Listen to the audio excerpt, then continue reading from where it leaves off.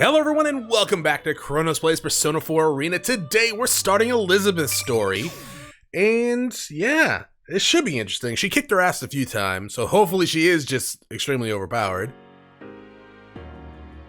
Within the endless darkness are scattered countless bright lights, like a nebula, but those lights are not stars. Each one is the light of a life, the gleam of a man's soul. This is the world inside people's hearts. A place where every human's consciousness is connected and can be traced to their origins.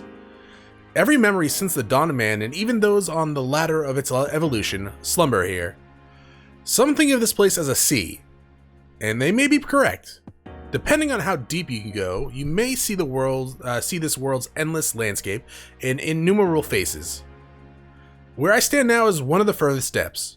A domain that has existed far before life became sentient and even took form. Here, there is only the darkness of death and the radiance of life.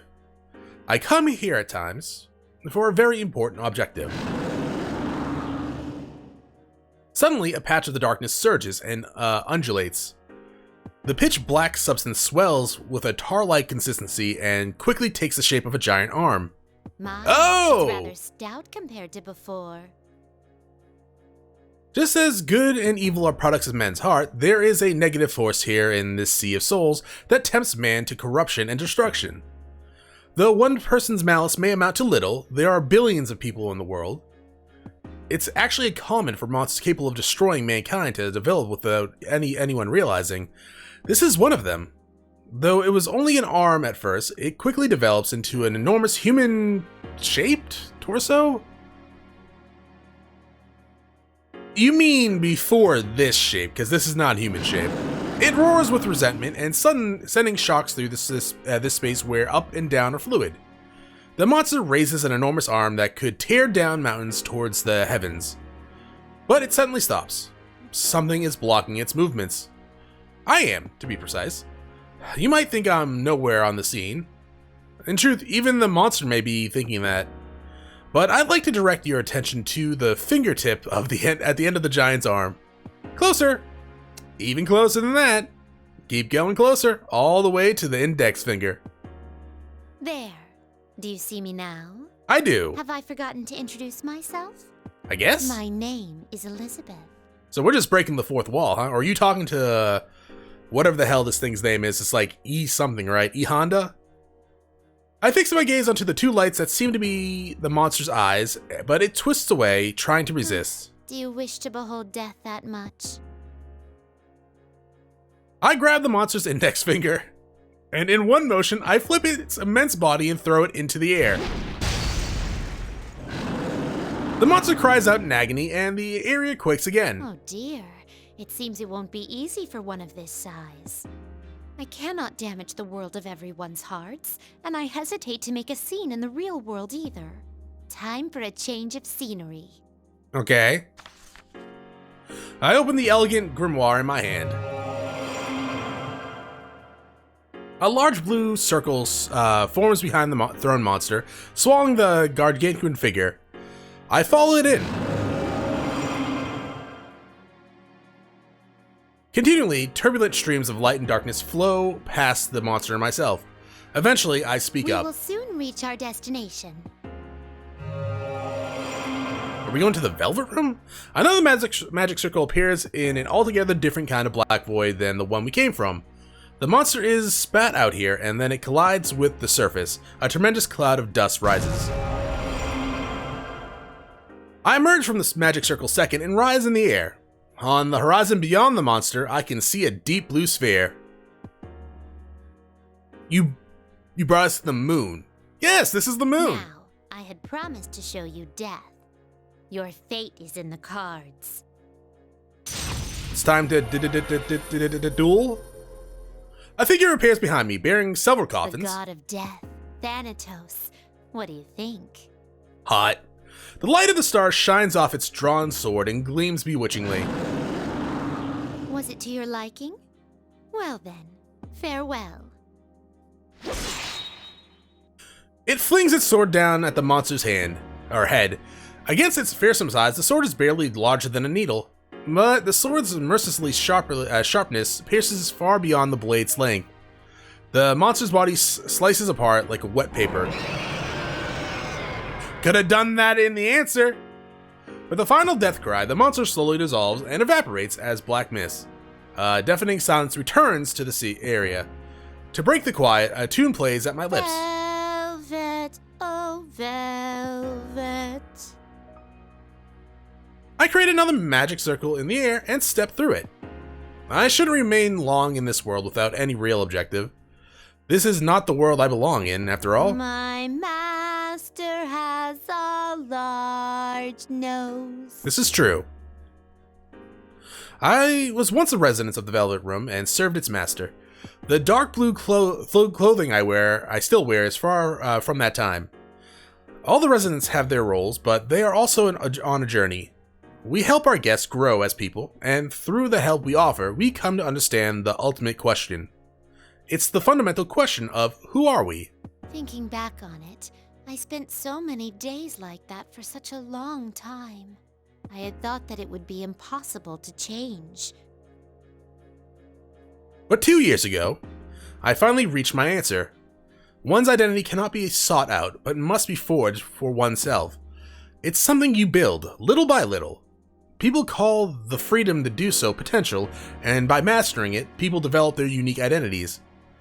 That is the understanding I came to. So it seems to me that I should believe in my own potential and wander in pursuit of my desires. 2 years.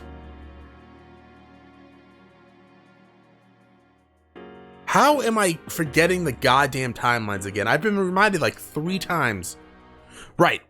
Okay, so there was only 2 years between 3 and 4, and like 5 years between 4 and 5, right? I think that's where I'm getting mixed up.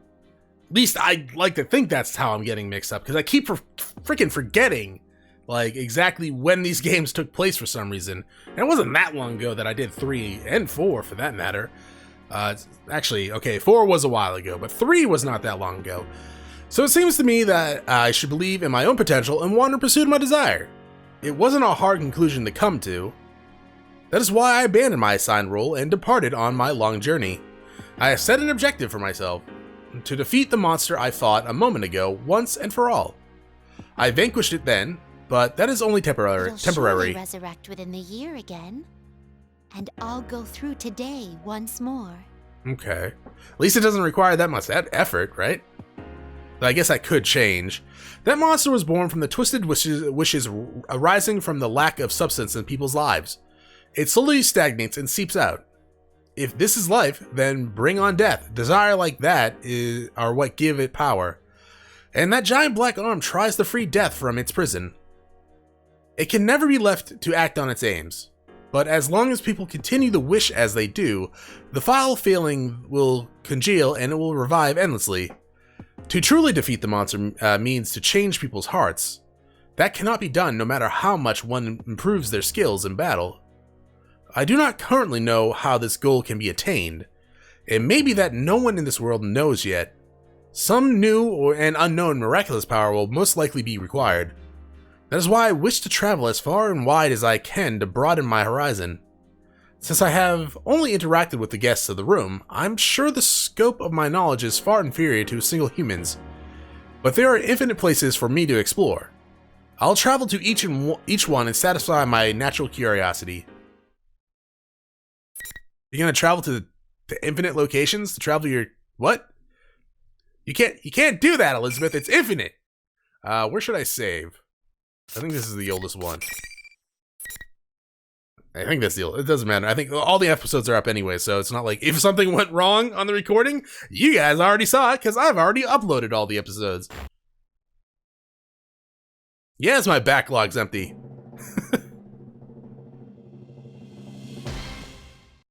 The hell was that? Oh. Now, that's why I have come here. A double check on the danger scale situation that I just recently discovered. Okay. I place my hands on my hips, in which I believe to be standing firm. Before me is what seems to be a replica of a building in the real world. Since multiple Persona users gathering, it's once in a blue moon that one discovers a place like this. I'm sure I can I get it, blue moon. Interesting things here. Clever. Or something along those lines. That's actually a phrase, Chronos. I know, but she's from the Velvet Room. In any case, I, Elizabeth, can scarcely keep myself from getting involved. Go for it. For some reason, for someone with a physical form to step into the realm of the mind would be for them to enter an even more abstract place than the Velvet Room.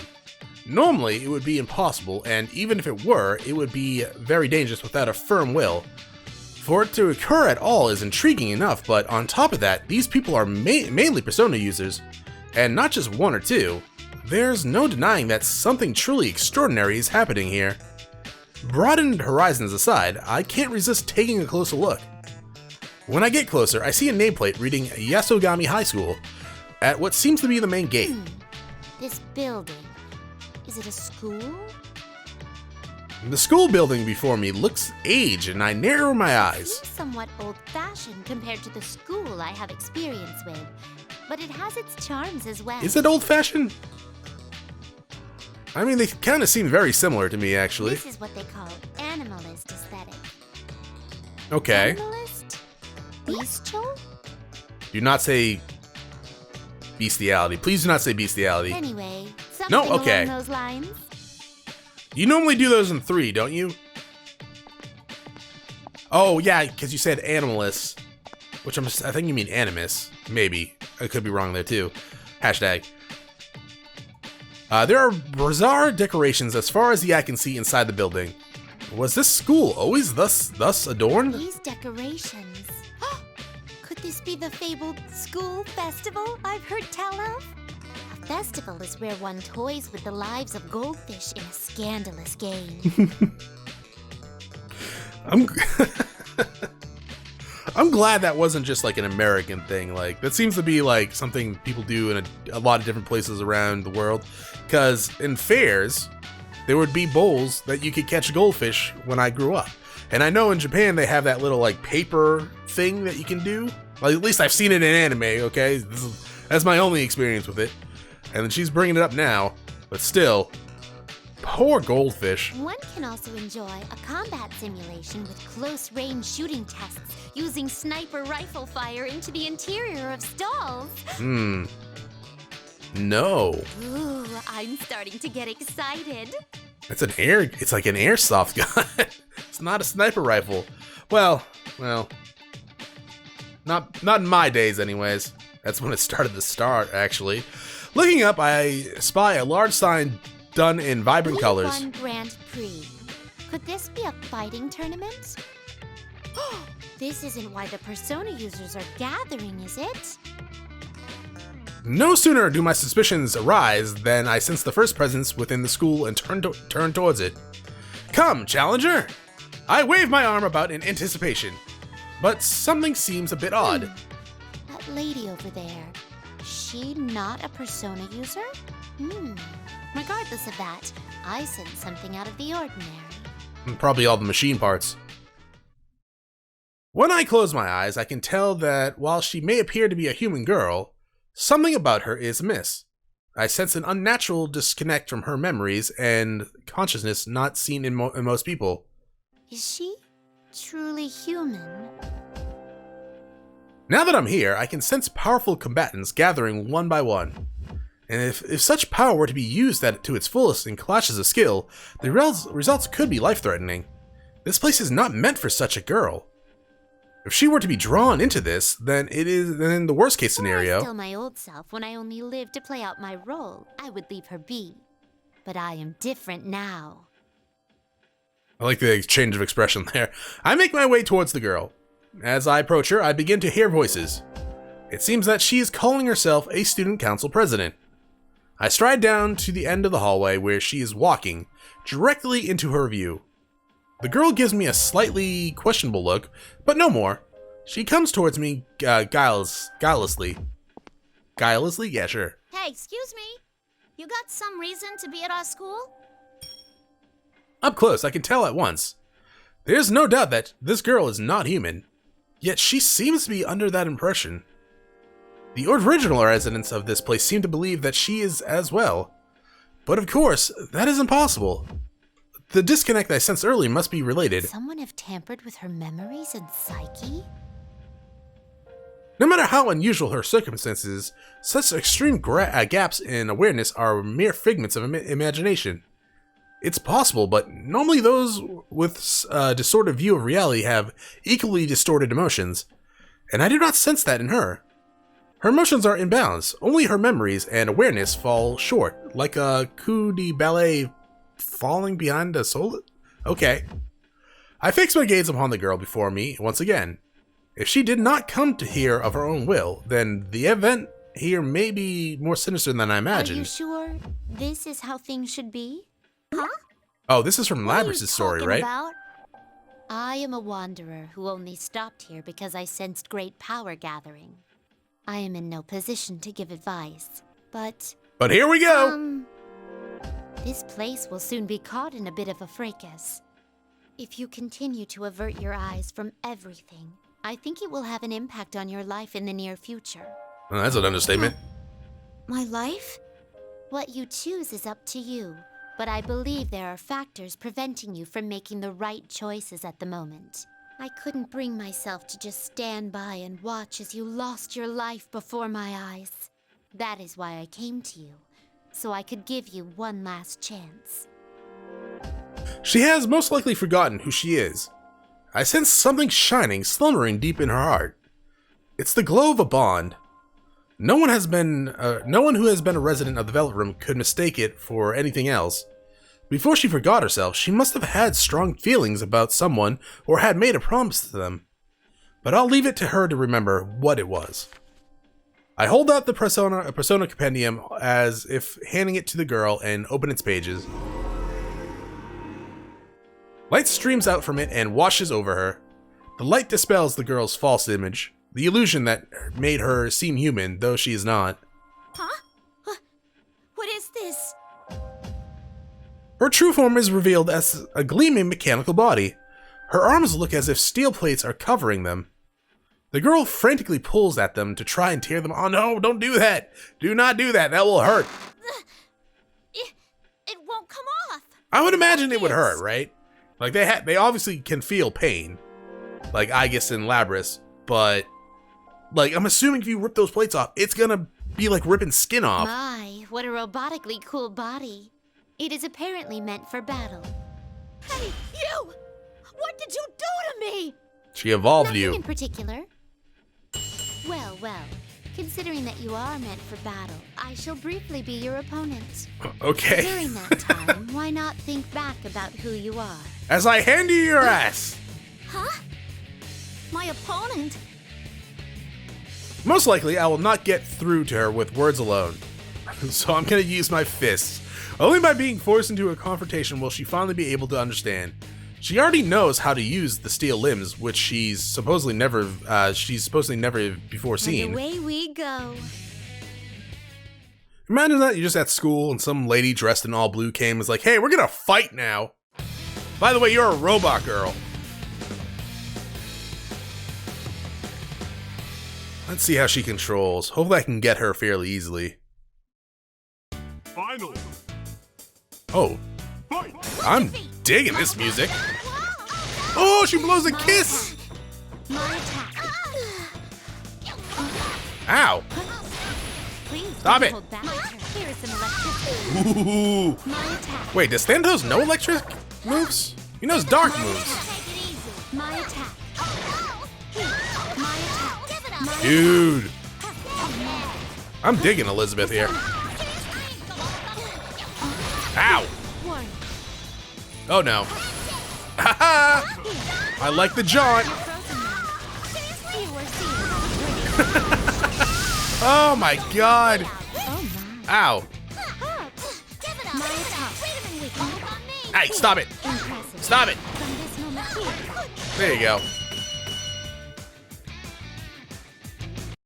She gets hits. Oh my.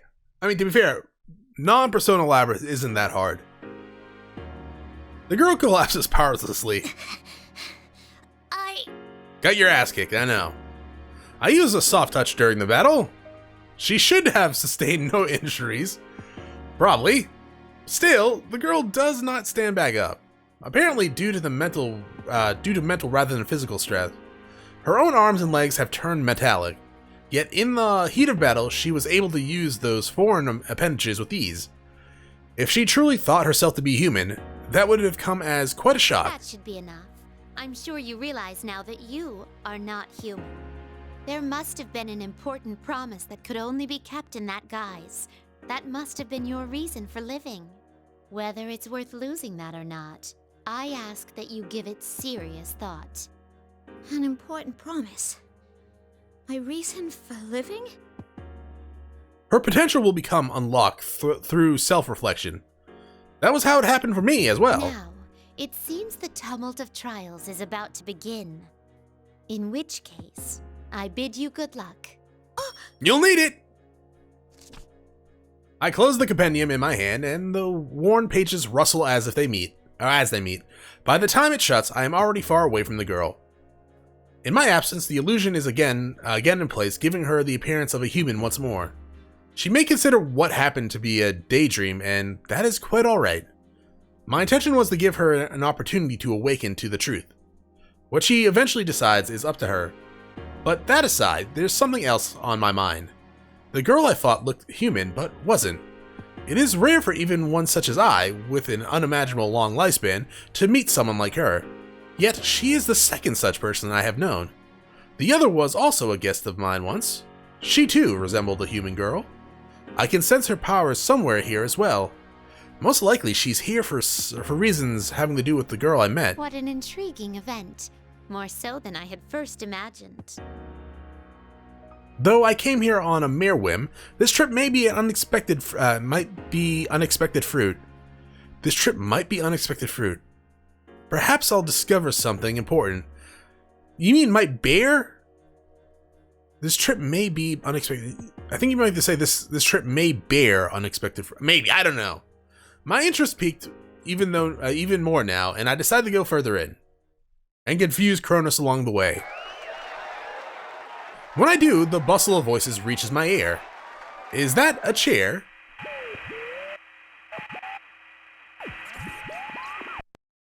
One of the monitors nearby turns on after the cheers die down. It's showing a girl in a school uniform. Ladies and gentlemen, is everyone ready? It's time to get our program started. I, Reset, will be your commentator. Please, hold your applause. No. Told you. Oh, you're too kind, you're too kind. Well, with things starting to heat up now, the General has a few words for you. The mic's all yours, sir. Next, the person who seems to be the host takes the girl's place. Actually, person may be incorrect. That intriguing fluffiness and tantalizingly round body. Well then, Apparently Elizabeth likes him round. Opening of our very own P-1 Grand Prix, presenting the manliest of all men. This is more of a to-do than I thought. I keep watching as a video with some upbeat music plays. Is this an introduction to the contestants? Oh, is it the same opening video? A number of girls and boys are introduced at a steady pace. I haven't seen any of their faces before, but they all appear to be persona users. Each one of them is tagged with a mocking epithet. Carnivore who's discarded womanhood, the blood-curdling beefcake emperor, the sister complex kingpin. You're gonna love all these, aren't Are you? these signs of their willingness to cast aside their pride in pursuit of victory? I No. wonder if they're not casting aside a little too much. Yeah, at least you get This that. is a rather novel idea. There's no denying that those with power are gathered here for the tournament. The video comes to a close. Since I came here on my own whim, I am obviously not featured in it. How unfortunate. I catch myself pouting my lips. Should I officially enter this as well? Oh, but if the manliest of all men are the ones called for, I cannot participate. Then again, I distinctly spotted a woman or two in the introductory video. Then I shan't concern myself with such trifling details. I shall soldier on. The next time the host appears on the monitor, I will make my entry. If he turns me down, then I shall resort to force. Very good! My mind made up, I begin my walk through the school. I would like to walk a day in her shoes. To her mind, really, just to see what's going on. Battles, oh, where might I find a battle? I look into a window nearby. Aha! My, the host himself is before my eyes. Oh, is it regular Teddy? Before I realize it, I'm already in motion. Pardon my dynamic entrance. Someone's here! Looking around, I see a piano and portraits of famous composers lining the wall.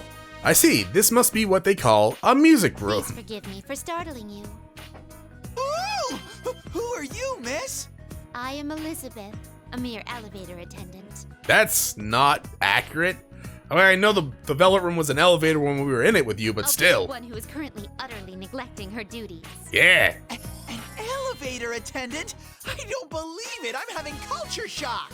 Yeah? I wish Junessa's elevators had such beautiful attendants too! Probably get more customers, though. Then again, they're always packed, aren't they? Excuse me, but may I ask your name?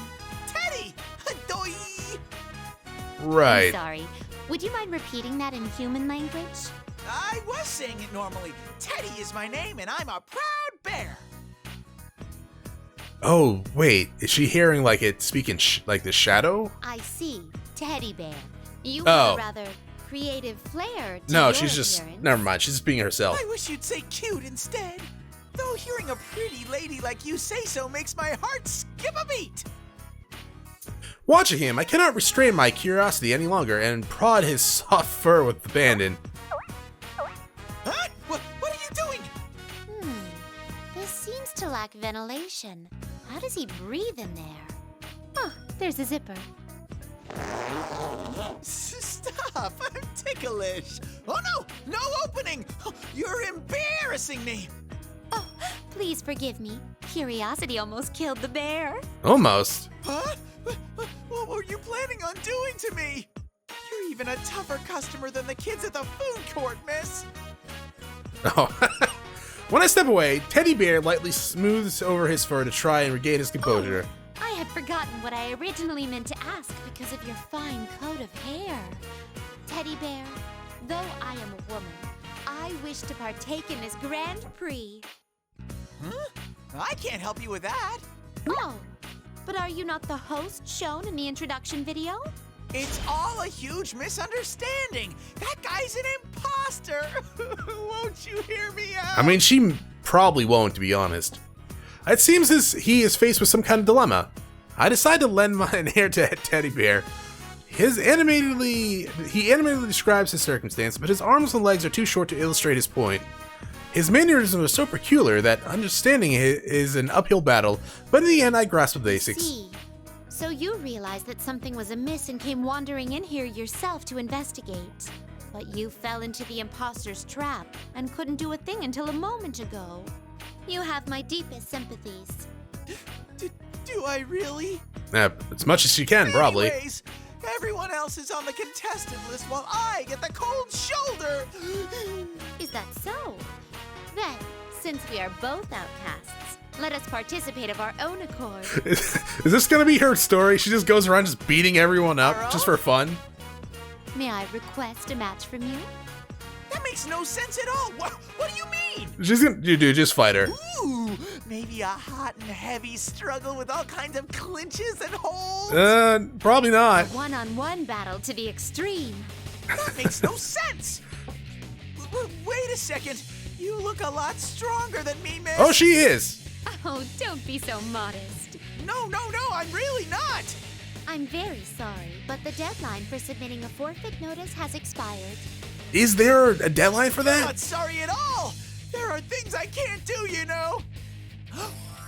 Oh, but on the other hand, if I can try scoring with you later, I might rethink this. Scoring?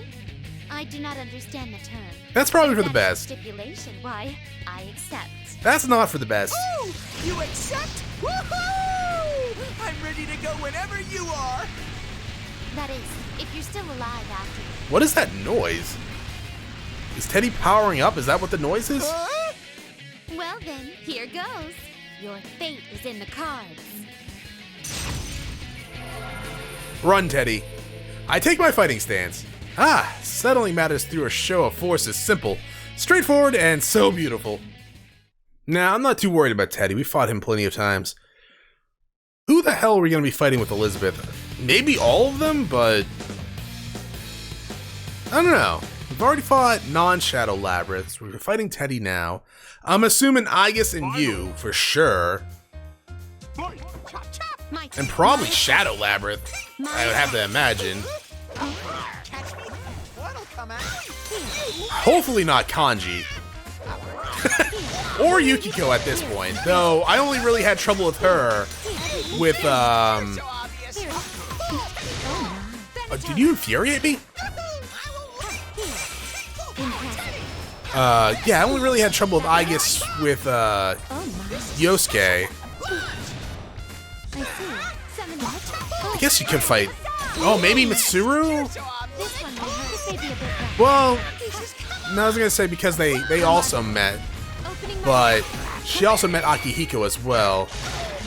But I don't think, I mean, don't take this the wrong way, Akihiko and Mitsuru. I don't think she's really gonna concern herself with people she only met for a second and who aren't guests of the room, right? Like, she obviously knows,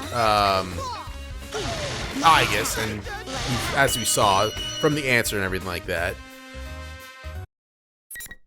But yeah, I don't know if she would really concern herself with people that really aren't in the as guests. Then again, we'll see next time. Thanks for watching. If you enjoyed the episode, press like and below. If you're not subscribed yet, when you have my videos, so you can check out some of the content, see if it's to your liking. Once again, thank you for watching, and hope you all have a great day.